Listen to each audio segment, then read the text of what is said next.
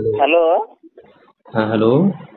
হ্যাঁ দাদা, বলছিলাম ওই সুগারের সেই টেস্টটা চেয়েছিলেন তো, যে ওটা পাঠালাম। তো বিষয়টা হচ্ছে, একটা কথা বলা ছিল বলেন। যে ওই যে আমরা যে খাবারটা, ওষুধটা খাচ্ছি, খাবার দাবার কি কোনো বিধি নিষেধ আছে নাকি, যে এটা খাওয়া যাবে না ওটা খাওয়া যাবে না, এরকম কিছু আছে নাকি? সুগার জাতীয় খাবারগুলো খাবেন না। ও, তার মানে এই জন্য আমি জিজ্ঞেস করলাম।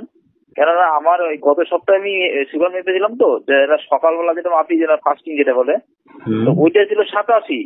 হুম। আজকে আবার মাপলাম, দেখছি দেখছি হয়ে গেল 138। হুম। হ্যাঁ। আর আগের বার ওই যেটা মানে খাওয়া দাওয়ার পর ছিল 222। হুম। হ্যাঁ, আজকে আবার মাপলাম, খাওয়া দাওয়ার পর হলো 141।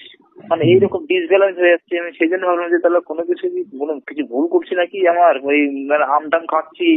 হ্যাঁ, ওগুলো তো হয়তো সুগার টুগার কি এরপরে হচ্ছে, কমে গেল আবার বেড়ে যাচ্ছে ফাস্টিংটা। আম আম খেয়েছিলেন? হ্যাঁ, আম খেয়েছিলাম।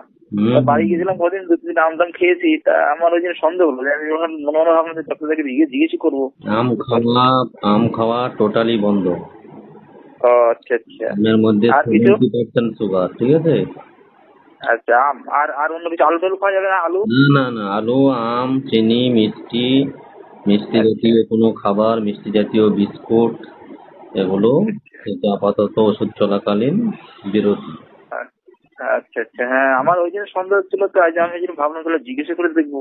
হ্যাঁ, আমি খেলাম ওই জন্যই কি এরকম হয়ে গেল আমার। ফাস্টিং ছিল 87, সেখানে আবার 138 কি করে হলো, হঠাৎ করে বেড়ে গেল। ওই যে আম আম আমে আমের আমের অ্যাকশন। হ্যাঁ, ওই জন্য আমার তখনই ডাউট হচ্ছিল আর কি। অনুপাতে যদি পিপিটা হিসাব করা যায় তো পিপিটা কমেছে তো। ফাস্টিং লেভেল হ্যাঁ, ওই অলরেডি যেটা। চলে আসবে, ফাস্টিং লেভেলটা চলে আসবে এটা। ফাস্টিং লেভেলটা ওই ওই লেভেলেই আসবে, 87 লেভেলেই আসবে। আচ্ছা, তাহলে ওই যেরকম ওষুধ খাচ্ছিলাম, সকালে একটা আর ওই বিকালে দুটো, ওইভাবেই চলবে না কোনো চেঞ্জ হবে এবার? এটা আর এক সপ্তাহ মতো খাও না। এক এক সপ্তাহ সপ্তাহ হবে না? এক সপ্তাহ পরে চেঞ্জ করে দেবো। আচ্ছা, এক সপ্তাহ পর তাহলে ঠিক আছে, আপনাকে আবার করবো আমি, হ্যাঁ, ফোন করে অবশ্যই জানাবো। রিপোর্ট জানাবেন, আমি আ- মেসেজ করবো আপনাকে। আপনার আচ্ছা আচ্ছা। রিপোর্ট তো ভালোই, খারাপ তো নয়। আপনার রিপোর্ট হ্যাঁ তুলনামূলক হিসেবে হ্যাঁ আগেকার যে রেজাল্ট আপনি আমাকে দিয়েছিলেন।